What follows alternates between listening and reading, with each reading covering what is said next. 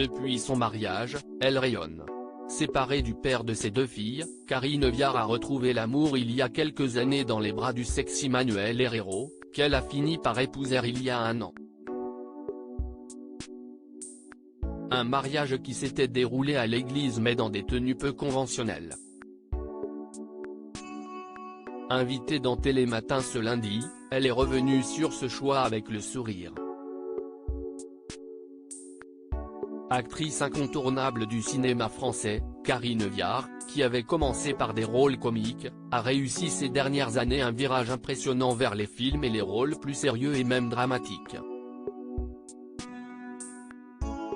Si est d'ailleurs celui du film Les Chatouilles, d'Andrea Bescon, qui lui a valu son 2e César de la meilleure actrice dans un second rôle en 2019. Une récompense qui couronne une période très faste dans la vie professionnelle de la comédienne. Mais pas seulement, sa vie privée est également au top depuis plusieurs années déjà et sa rencontre avec Manuel Herrero. Réalisateur et producteur de documentaires, celui-ci lui donne le sourire depuis 2019 justement, à tel point qu'elle l'a épousé en juin dernier devant ses 2 filles Marguerite et Simone, 25 ans et 23 ans.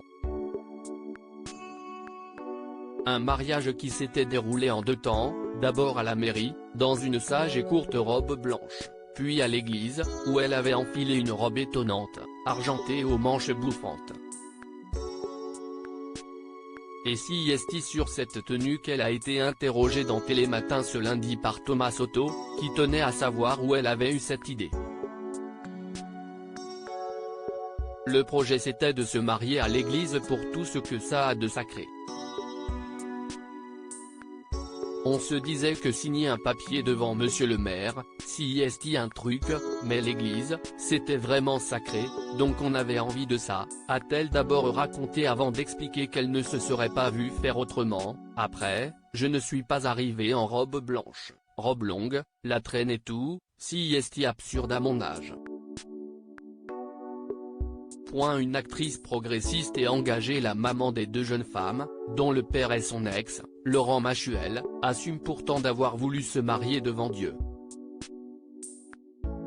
Se définissant comme progressiste, elle voudrait d'ailleurs que les églises avancent sur certains sujets de société, comme le mariage des prêtres pour arrêter de se vider de ses fidèles.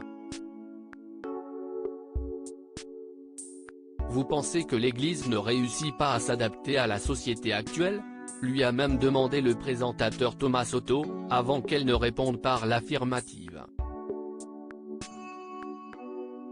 Si est un peu mon sentiment ouais, a-t-elle finalement avoué.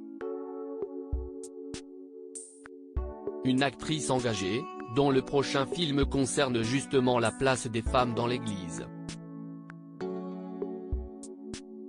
Et qui voudrait bien faire évoluer les choses, si est un sujet qui me touche vraiment, parce que pourquoi les femmes devraient-elles être tout le temps les boniches de l'église catholique en fait, s'est-elle interrogée durant l'interview.